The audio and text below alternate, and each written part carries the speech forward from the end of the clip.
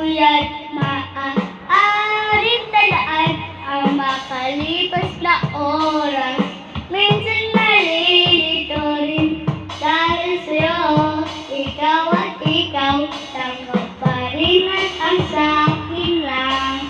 Di ba't ang puso ang nagpapasya kung sino dapat sa kanya at uulit-ulitin pa ba ang relasyon? Tanggap pa rin at ang sa'kin lang. Di ba't ang puso ang